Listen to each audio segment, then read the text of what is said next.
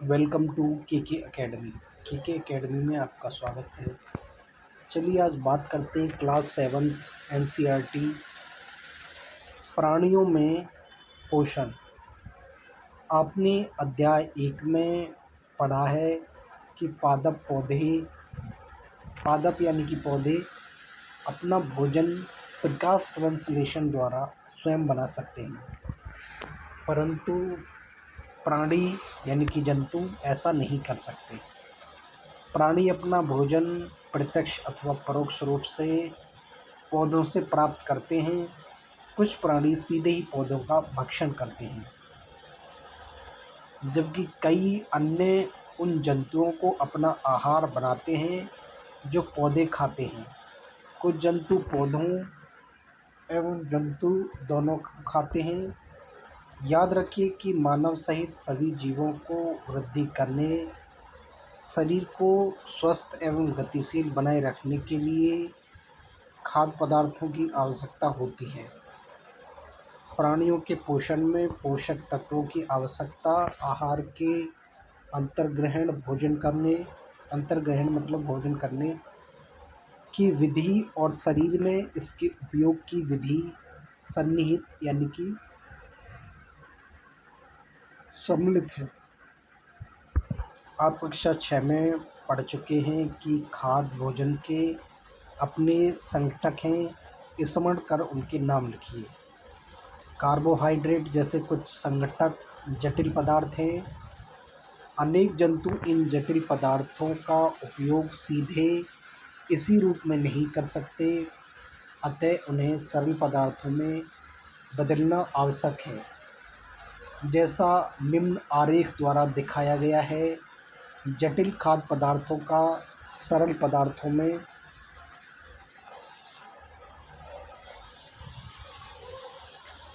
परिवर्तित होना या टूटना विखंडन कहलाता है तथा इस प्रक्रम को पाचन कहते हैं। ये जटिल पदार्थ हैं, इधर सरल पदार्थ हैं। खाद्य अंतर्ग्रहण की विधियाँ। भोजन के अंतर्ग्रहण की विधि विभिन्न जीवों में भिन्न भिन्न होती है। मधुमक्खी एवं मरमर पक्षी, हमिंग बर्ड पौधों का मकरंद चूसते हैं। मानव एवं कुछ अन्य जंतुओं में शिशु माँ का दूध पीते हैं। अजगर जैसे सर्प वंश के प्राणी अपने शिकार को समूचा ही निगल जाते हैं। कुछ जलीय प्राणी अपने आसपास पानी में तैरते हुए खाद्य कणों को छानकर उनका भक्षण करते हैं। क्रियाकलाप 2.1 सारणी 2.1 में दिए गए जंतुओं के भोजन के प्रकार एवं पोषण प्राप्त करने की विधि कौन सी है? अपने आहार की विधि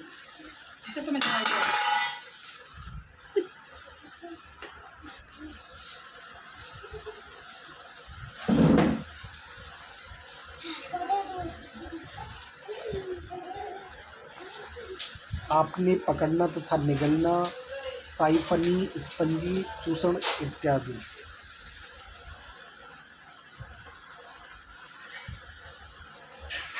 अंतर्ग्रहण की विधियाँ।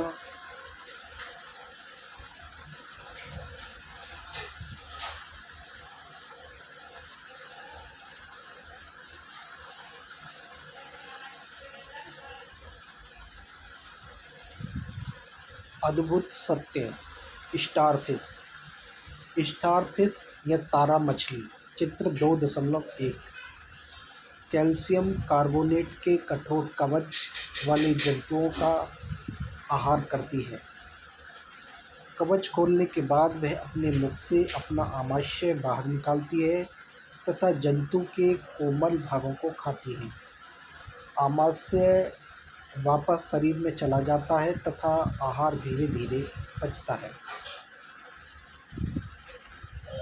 प्रेक्षण सारणी 2.1 में लिखिए। आप देखेंगे कि सारणी के नीचे लिखी गई खाद्य अंतर्ग्रहण की विधियाँ उन विधियों का विवरण लिखने में सहायक हैं जिनसे जंतु भोजन का अंतर्ग्रहण करते हैं।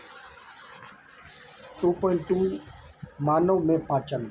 हम अपने मुख द्वारा भोजन का अंतर्ग्रहण करते हैं, इसे पचाते हैं तथा फिर उसका उपयोग करते हैं। आहार का बिना पचा भाग मल के रूप में निष्कासित किया जाता है। क्या आपने कभी यह जानने का प्रयास किया है कि शरीर के अंदर भोजन का क्या होता है? भोजन एक शरीर के अंदर भोजन एक सतत नली से गुजरता है जो मुख गुहिका से प्रारंभ होकर गुदा तक जाती है।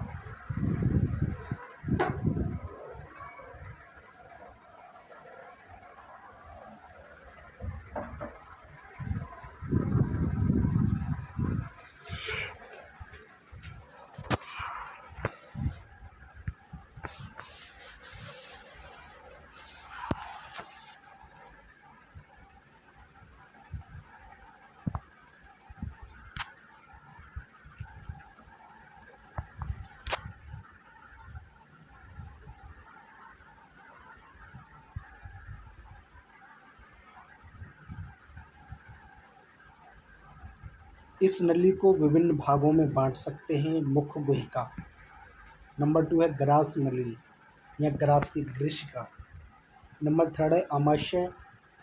नंबर 4 है क्षुद्रांत यानी कि छोटी आंत। नंबर 5 है बृहदांत यानी कि बड़ी आंत जो मलाशय से जुड़ी होती है। तथा 6 मलद्वार अथवा गुदा। क्या ये बहुत लंबा मार्ग नहीं है? ये सभी भाग मिलकर आहारनाल पाचन नली का निर्माण करते हैं।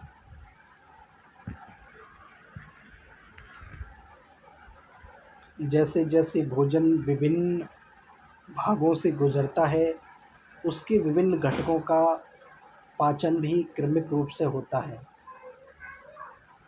आमाशय की आंतरिक भित्ति, क्षुद्रांत तथा आहारनाल से संबद्ध विभिन्न ग्रंथियां जैसे कि लाला ग्रंथि,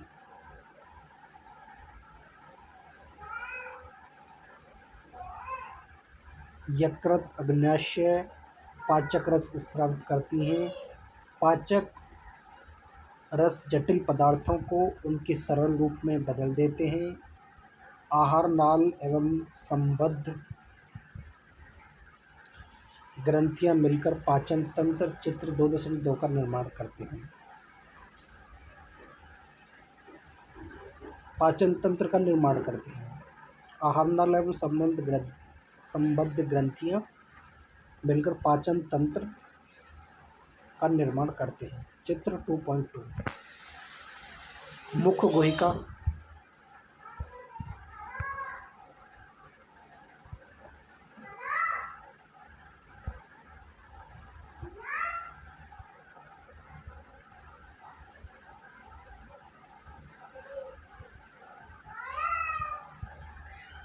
यह मुख गुहिका। यह लाला ग्रंथि, लार ग्रंथि है शायद। यह ग्रशिका, यह यकृत, यह पित्ताशय, आमाशय, अग्न्याशय, क्षुद्रांत, बृहदांत। क्षुद्रांत मतलब छोटी आंत, बृहदांत मतलब बड़ी आंत। यह मलाशय और यह है गुदा। यहाँ से सड़ा हुआ मतलब खाना पच के बाहर निकल जाता है मल के द्वारा।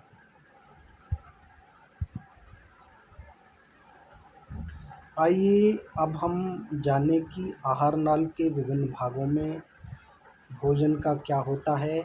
मुख एवं मुख गुहिका। भोजन का ग्रहण मुख द्वारा होता है। आहार को शरीर के अंदर लेने की क्रिया अंतर्ग्रहण कहलाती है। बूझो। चित्र 2.2 में दिखाई गई अत्यधिक कुंडलित क्षुद्रांत को देखकर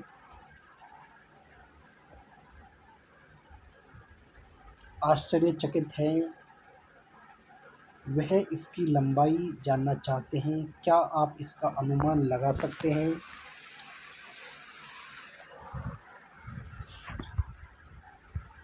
प्रश्न संख्या 17 में इसकी सन्निकट लंबाई दी गई है। कल्पना कीजिए कि इतनी लंबी संरचना हमारे शरीर के छोटे से हिस्से में किस प्रकार समाई हुई है। हम दांतों की सहायता से भोजन चबाते हैं तथा यांत्रिक विधि द्वारा उसे छोटे छोटे टुकड़ों में पीस डालते हैं। प्रत्येक दांत मसूड़ों के बीच अलग अलग गर्दिका सॉकेट में धंसा होता है। चित्र 2.3। हमारे दांतों की आकृति भिन्न भिन्न है तथा उनके कार्य भी भिन्न हैं। इसके अनुसार उन्हें अलग अलग नाम दिए गए हैं। चित्र 2.3। क्रियाकलाप 2.2। आप हाथ धोइए। दर्पण में देखते हुए अपने दांतों की गणना कीजिए। अपनी तर्जनी से दांतों को छूकर महसूस कीजिए आपके मुख में कितने प्रकार के दांत हैं। एक सेब अथवा रोटी का टुकड़ा लेकर उसे काटिए। आप उसे काटने, कर्तन यानी कि दर्शन के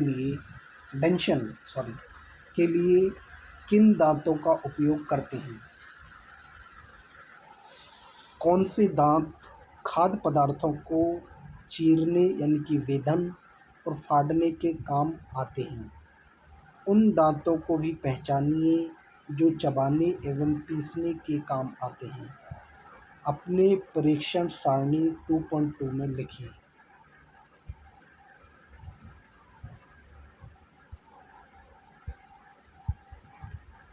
हमारे मुख में लाला ग्रंथि होती हैं।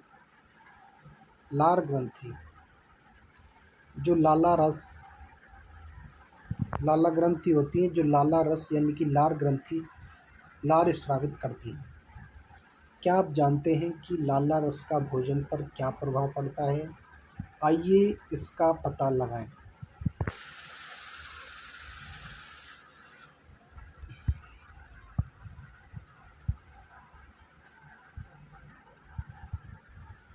यह है चवर्णक। चवर्णक कितने होते हैं? 6। लास्ट वाले 3 इधर और 3 इधर। यह है अग्र चवर्णक, ये दोनों, और तुम्हारे ये दोनों। ये है रदनक, एक ये वाला और एक ये वाला, ये है रदनक। कृंतक 4 होते हैं, 1 2 3 और 4। ये हैं 4 कृंतक। दांतों की व्यवस्था तथा विभिन्न प्रकार के दांत। हमारे मुख में लाला ग्रंथि होती है, ये तो पढ़ लिया मैंने।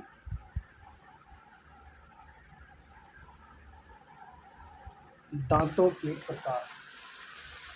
कर्तन एवं दंसन वाले दांत, चीरने एवं फाड़ने वाले दांत, चबाने एवं पीसने वाले दांत।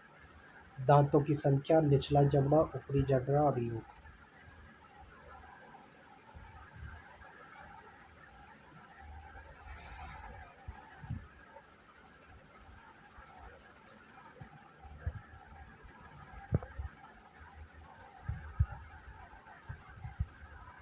आपने पढ़ा है अभी।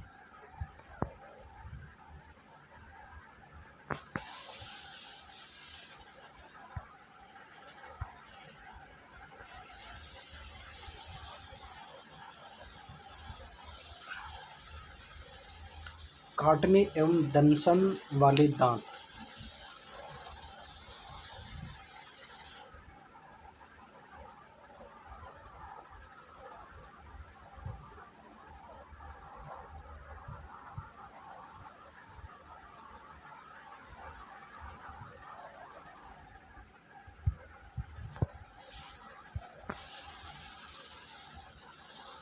दूध के दांत तथा स्थायी दांत।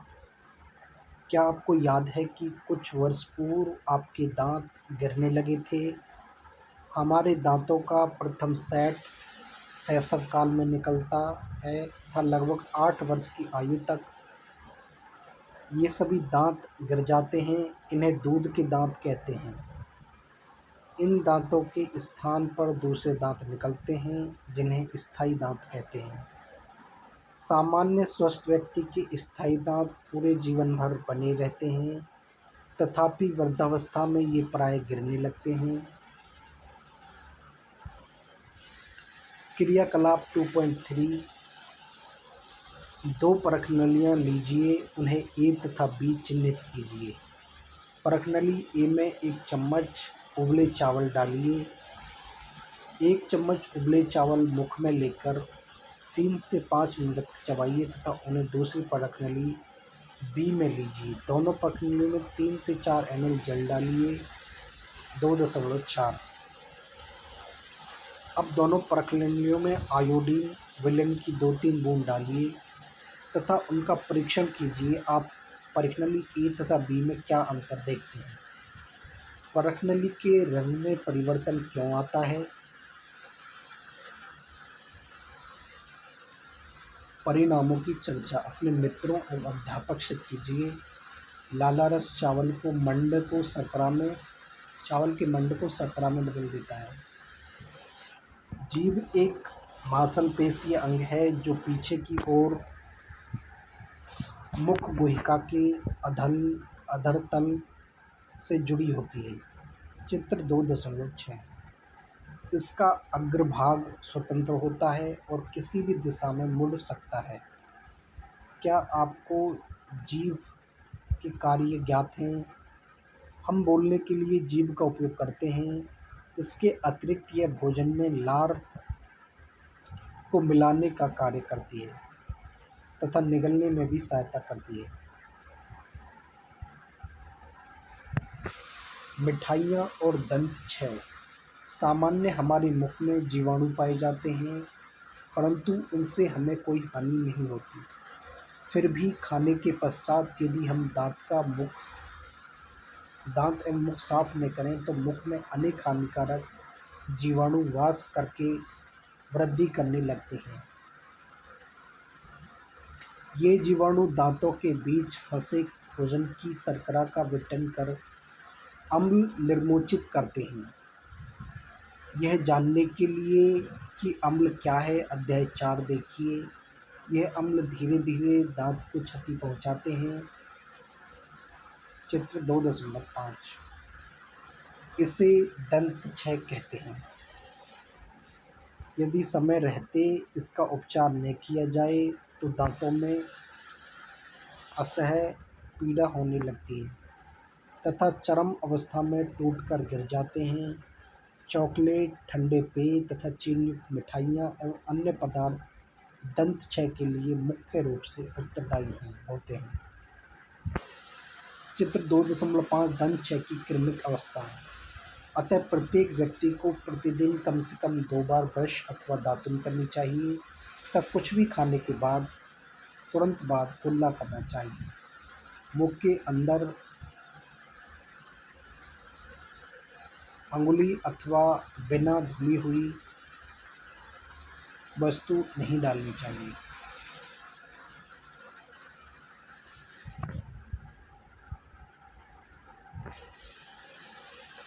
जीभ द्वारा ही हमें स्वाद का पता चलता है। जीभ पर स्वाद कलिकाएं होती हैं जिनकी सहायता से हमें विभिन्न प्रकार के स्वाद का पता चलता है। क्रियाकलाप 2.4 द्वारा हम स्वाद कलिकाओं की स्थिति का पता लगा सकते हैं। क्रियाकलाप 2.4 निम्न पदार्थों के अलग अलग विलयन तैयार कीजिए। नंबर 1 चीनी का विलयन। नमक का विलयन। 3 है नींबू का रस, चीनी की पत्ती अथवा करेले का रस, नीम की पत्ती। अपने किसी मित्र की आंखों पर पट्टी बांधकर उससे अपनी जीभ बाहर निकाल कर सीधी रखने को कहिए। चित्र 2.6 में दिखाए गए जीभ के विभिन्न क्षेत्रों के ऊपर उपरोक्त में से किसी एक विलयन के नमूने की 1-2 बूंद रखिए। विलयन रखने के लिए दांत कुरेदने की सीख का उपयोग करें। इस प्रक्रिया को अन्य विलयनों के साथ दोहराइए प्रत्येक विलयन के लिए पृथक पृथक सीख का उपयोग कीजिए। अपने मित्र से पूछिए कि जीभ के किस क्षेत्र से उसे मीठे, नमकीन, खट्टे एवं कड़वे स्वाद का अनुभव होता है। अब अपने प्रेक्षण रिकॉर्ड करें तथा चित्र 2.6 में दिखाई गई प्रत्येक क्षेत्र में उस स्वाद का नाम लिखिए जिसका संवेदन अनुभव उसके द्वारा होता है। अन्य सहपाठियों के साथ इस क्रियाकलाप को दोहराइए। भोजन नली यानी कि ग्रशिका, भोजन नली को क्या बोलते हैं? ग्रशिका। निगला हुआ ग्रास नली अथवा ग्रशिका में जाता है। चित्र 2 देखिए। ग्रशिका गले एवं वक्ष से होती हुई जाती है। ग्रशिका की भित्ति के संकुचन से भोजन नीचे की ओर सरकता जाता है। वास्तव में संपूर्ण आहार नाल संकुचित होती रहती है तथा यह गति भोजन को नीचे की ओर धकेलती रहती है। चित्र 2.7 कभी कभी हमारा आमाशय खाए हुए भोजन को स्वीकार नहीं करता, फलस्वरूप वमन द्वारा उसे बाहर निकाल दिया जाता है।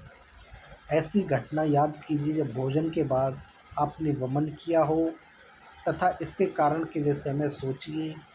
अपने अभिभावकों एवं अध्यापक से इस विषय पर चर्चा कीजिए।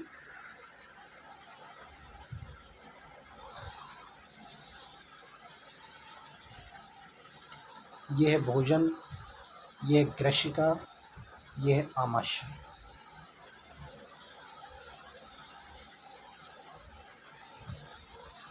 पहेली जानना चाहती है कि वमन के समय भोजन के विपरीत दिशा में किस प्रकार जाता है। आमाशय मोटी भित्ति वाली एक थैलीनुमा संरचना है। यह चपटा एवं जे की आकृति का होता है तथा आहार नाल का सबसे चौड़ा भाग है।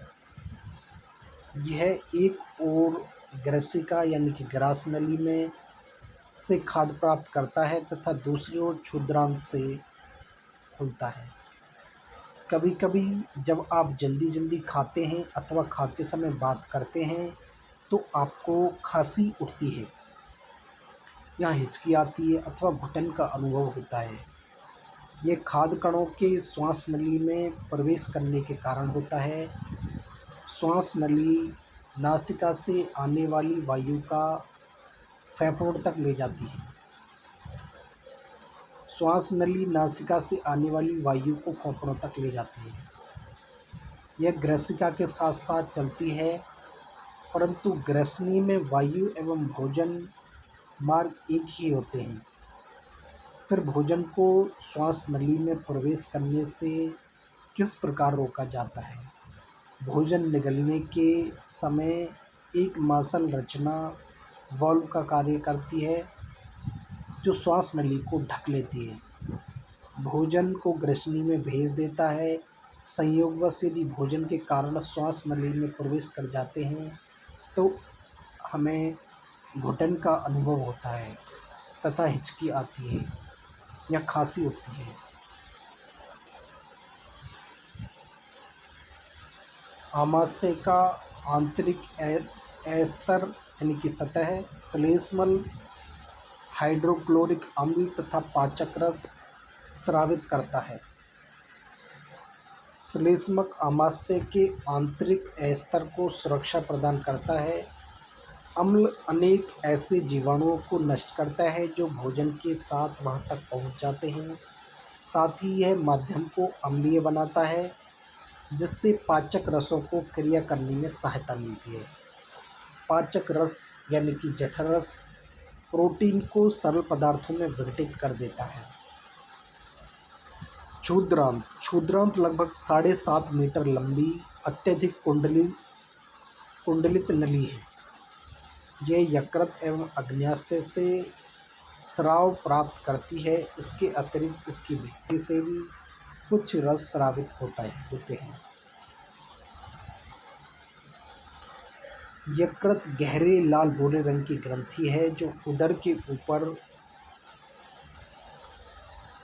ऊपरी भाग में दाहिनी दक्षिण ओर अवस्थित होती है। यह शरीर की सबसे बड़ी ग्रंथि है। यह पित्त रस स्रावित करती है जो एक थैली में संग्रहित होता रहता है। संग्रहित यानी कि इकट्ठा। इसे पित्ताशय कहते हैं। चित्र 2.2।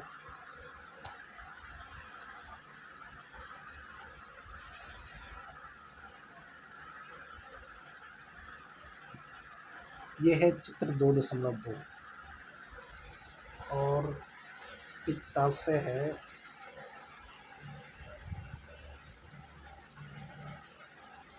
ये वाला।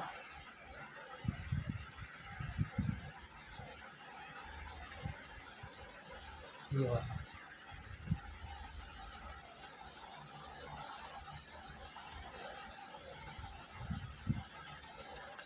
पित्त रस वसा के पाचन में महत्वपूर्ण भूमिका निभाता है। अग्न्याशय से हल्के पीले रंग की बड़ी ग्रंथि है जो आमाशय के ठीक नीचे स्थित होती है।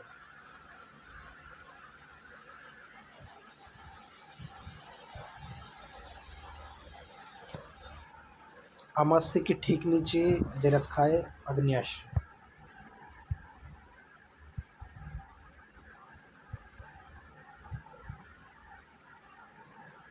ये रहा अग्न्याशय।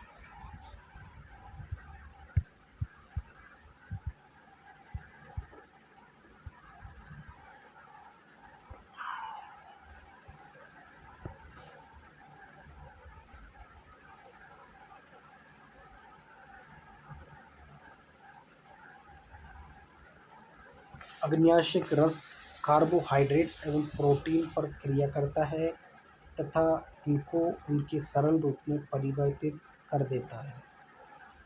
आंशिक रूप से पचा भोजन अब क्षुद्रांत के निचले भाग में पहुंचता है जहां आंतरस पाचन क्रिया को पूर्ण कर देता है।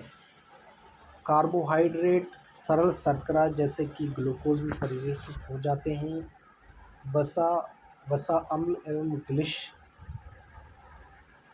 में तथा प्रोटीन एमिनो अम्ल में परिवर्तित हो जाती है। एक विलक्षण दुर्घटना द्वारा आमाशय की कार्यप्रणाली की खोज हुई।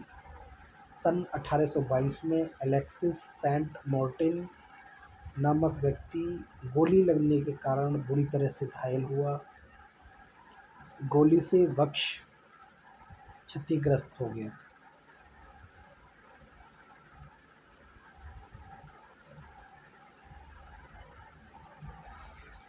आमाशय में एक छिद्र हो गया। उसे विलियम ब्लूमंट नामक अमेरिकी सैनिक चिकित्सक के पास ले जाया गया।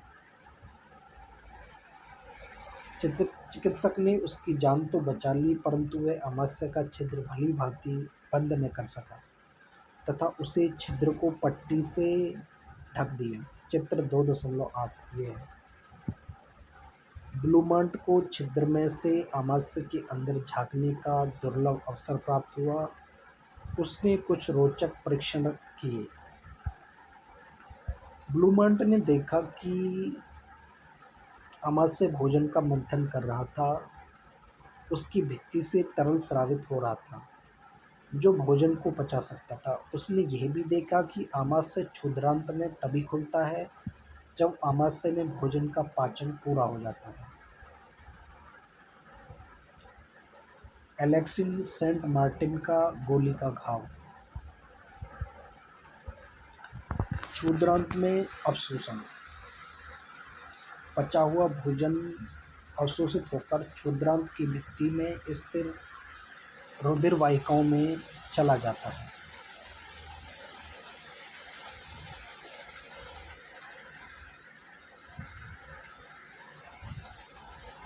इस प्रक्रम को अवशोषण कहते हैं। क्षुद्रांत की आंतरिक भित्ति पर अंगुली के समान उभरी हुई संरचना होती हैं, जिन्हें दीर्घरोम अथवा रसांकुर कहते हैं। क्या आप अनुमान लगा सकते हैं कि दीर्घरोम की आंत्र में क्या भूमिका है? दीर्घरोम पचे हुए भोजन के अवशोषण हेतु तल क्षेत्र बढ़ा देते हैं। प्रत्येक दीर्घरोम से सूक्ष्म रुधिर वाहिकाओं का जाल फैला रहता है। दीर्घरोम की सतह से पचे हुए भोजन का अवशोषण होता है तथा यह रुधिर वाहिकाओं में चला जाता है।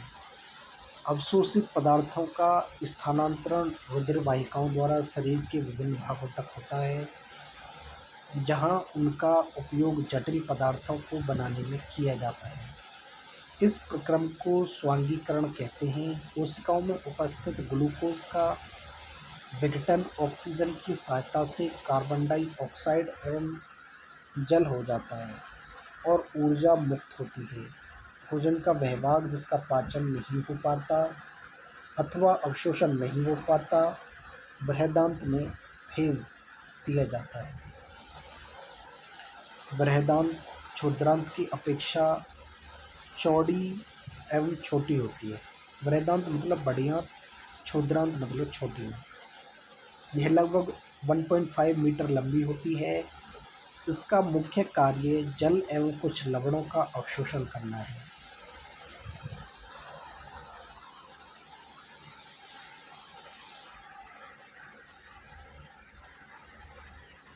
बचा हुआ अपचित पदार्थ मलाशय में चला जाता है तथा अर्धठोस मल के रूप में रहता है। समय समय पर गुदा द्वारा यह मल बाहर निकाल दिया जाता है। इसे निष्कासन कहते हैं। घास खाने वाले जंतुओं में पाचन। क्या आपने गाय, भैंस तथा घास खाने वाले शाकाहारी अन्य जंतुओं को देखा है? वे उस समय भी लगातार जुगाली करते रहते हैं जब वे खा नहीं रहे हों। वास्तव में वे पहले घास को जल्दी जल्दी निगलकर आमाशय के एक भाग में भंडारित कर लेते हैं। यह भाग रूमेन प्रथम आमाशय कहलाता है। रूमिनेंट में आमाशय 4 भाग में बटा होता है। चित्र 2.9। रूमेन में भोजन का रूमेंट में आमाशय 4 भागों में बटा। रूमेन में भोजन का आंशिक पाचन होता है, जिसे जुगाल कण कहते हैं।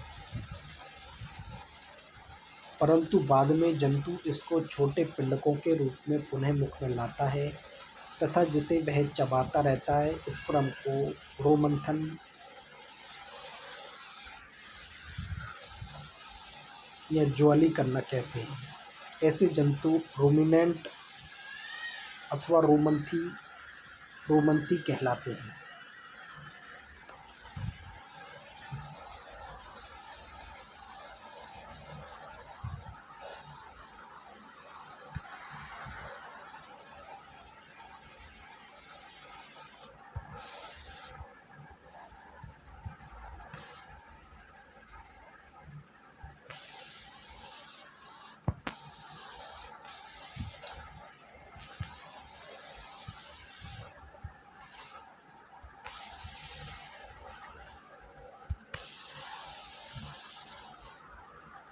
यह रूमेन, यह क्षुद्रांत, यह ग्रशिका,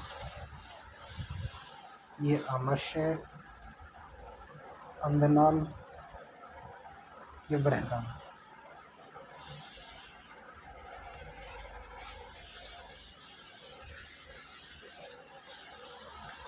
दस्त। कभी कभी आपको जल रूपी पतले मल के बार बार निष्कासन की आवश्यकता होती है। इस स्थिति को दस्त कहते हैं।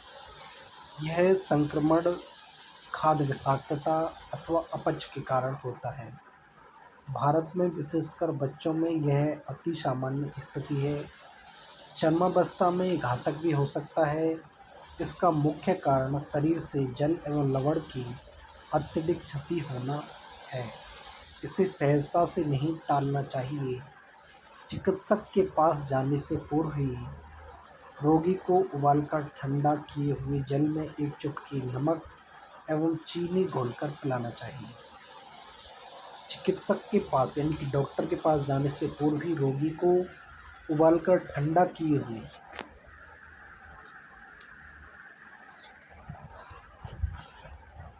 जल में एक चुटकी नमक एवं चीनी घोलकर पिलानी चाहिए। इसे जीवन रक्षक घोल अथवा ORS कहते हैं।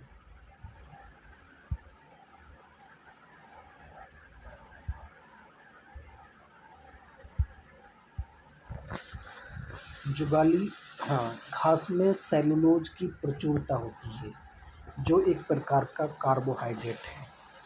किसी रूमिनेंट अथवा रोमंती पशु, हिरन आदि के रूमेन में सेलुलोज का पाचन करने वाले जीवाणु पाए जाते हैं। बहुत से जंतु एवं मानव सेलुलोज का पाचन नहीं कर पाते।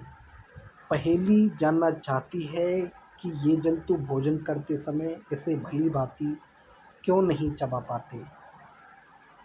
बूझो जानना चाहता है कि मनुष्य मवेशियों की तरह सेलुलोज को क्यों नहीं पचा सकता।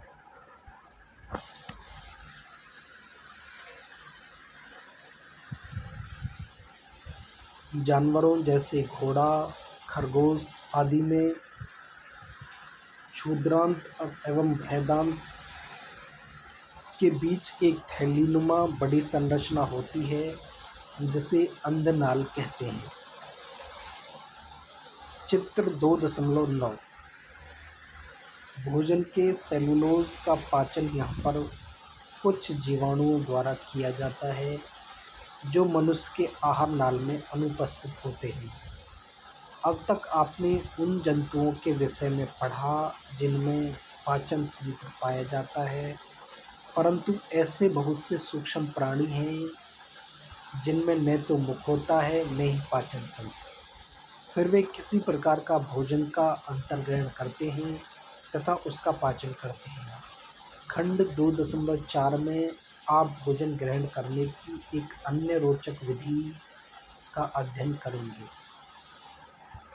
अमीबा में संभरण एवं पाचन। अमीबा जलाशयों में पाया जाने वाला एक कोशिक जीव है। अमीबा की कोशिका में एक कोशिका झिल्ली होती है। एक गोल सघन केंद्रक एवं कोशिका द्रव में बुलबुले के समान अनेक धानियाँ होती हैं। चित्र 2.10 अमीबा निरंतर अपनी आकृति एवं स्थिति बदलता रहता है। यह एक अथवा अधिक अंगुली के समान प्रवर्धक निकालता रहता है, जिन्हें पादाव अथवा कृत्रिम पाँव कहते हैं, जो इन्हें गति देने एवं भोजन पकड़ने में सहायता करते हैं। अमीबा कुछ सूक्ष्म जीवों का आहार करता है।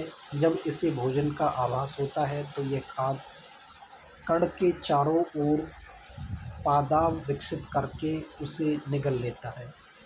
खाद्य पदार्थ उसकी खाद्यधानी में फंस जाते हैं।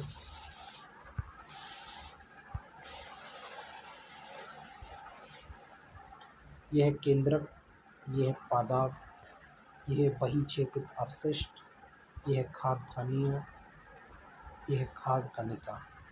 अंतर्ग्रहण। खाद्यधानी में ही पाचक रस स्रावित होते हैं। ये खाद्य पदार्थ पर क्रिया करके उन्हें सरल पदार्थों में बदल देते हैं। पचा हुआ खाद्य धीरे धीरे अवशोषित हो जाता है। अवशोषित पदार्थ अमीबा की वृद्धि, रख रखाव एवं गुणन के लिए उपयोग किए जाते हैं। बिना पचा अपशिष्ट खाद्यधानी द्वारा बाहर निकाल दिया जाता है। भोजन के पाचन का आधारभूत प्रक्रम सभी प्राणियों में समान है।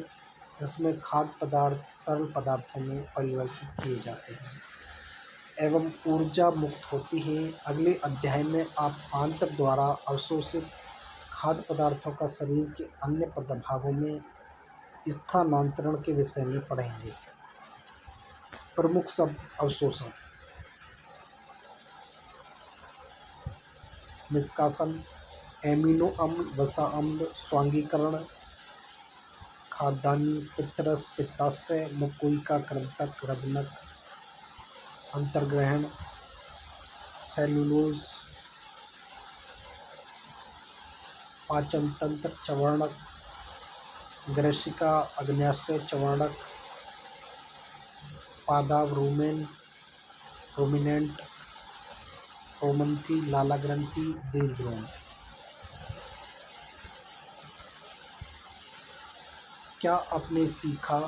आपने क्या सीखा? जंतु पोषण में पोषण आवश्यकताएं, भोजन अंतर्ग्रहण की विधियां एवं शरीर में इनका उपयोग सम्मिलित है। आहार नाल तथा स्रावी ग्रंथियां संयुक्त रूप से मानव के पाचन तंत्र का निर्माण करती हैं। इसमें नंबर 1 है मुकोइका, नंबर 2 ग्रसिका, फिर आमाशय, क्षुद्रांत, वृहदांत जो मलाशय में समाप्त होती है। अर्थात 6 गुदा सम्मिलित है। पाचक रस स्रावित करने वाली मुख्य ग्रंथि है।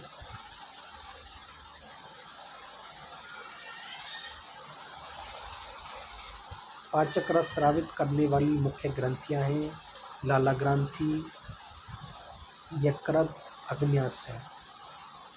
आमाशय की भित्ति एवं क्षुद्रांत की भित्ति भी पाचक रस स्रावित करती है। विभिन्न जीवों में भोजन ग्रहण करने की विधियां भी भिन्न होती हैं।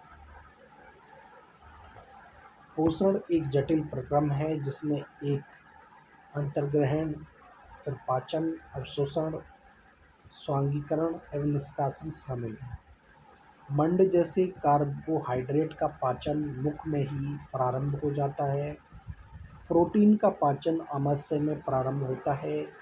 यकृत द्वारा स्रावित पित्त अग्न्याशय से, अग्न्याशिक स्राव एवं क्षुद्रांत भित्ति द्वारा स्रावित पाचक रस की क्रिया से भोजन के सभी घटकों का पाचन क्षुद्रांत में पूरा हो जाता है। नेक्स्ट है जल एवं कुछ लवण बृहदांत में अवशोषित होते हैं। अवशोषित पदार्थ शरीर के विभिन्न भागों को स्थानांतरित कर दिए जाते हैं। बिना पचे अवशिष्ट जिनका अवशोषण नहीं होता, मल के रूप में गुदा द्वारा शरीर के बाहर निकाल दिए जाते हैं। गाय, भैंस एवं हिरण जैसे घास खाने वाले जंतु रोमंथी यानी कि रूमिनेंट कहलाते हैं। वे पत्तियों का अंतर्ग्रहण तीव्रता से करके उन्हें निगल लेते हैं तथा रूमेन में भंडारित कर लेते हैं। कुछ अंतराल के बाद भोजन पुनः मुख में आ जाता है और पशु धीरे धीरे जुगाली कर उसे चबाते हैं। अमीबा में भोजन का अंतर्ग्रहण पादाव की सहायता से होता है, जिसका पाचन खाद्यान्य में होता है। अभ्यास 1 है उचित शब्द द्वारा रिक्त स्थानों की पूर्ति कीजिए।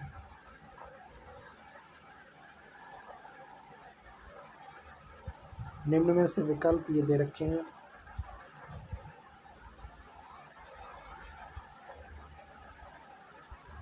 क्या आप जानते हैं किसी बकरी के दूध में मिलने वाली वसा की संरचना गाय के दूध की वसा की अपेक्षा सरल होती है, अतः बकरी के दूध का पाचन गाय के दूध की अपेक्षा आसान होता है। तो ये था आपका पाठ प्राणियों में पोषण। Thank you for watching this video. Please do like, comment, share and subscribe this YouTube channel and hit the bell icon to never miss a video. Thank you.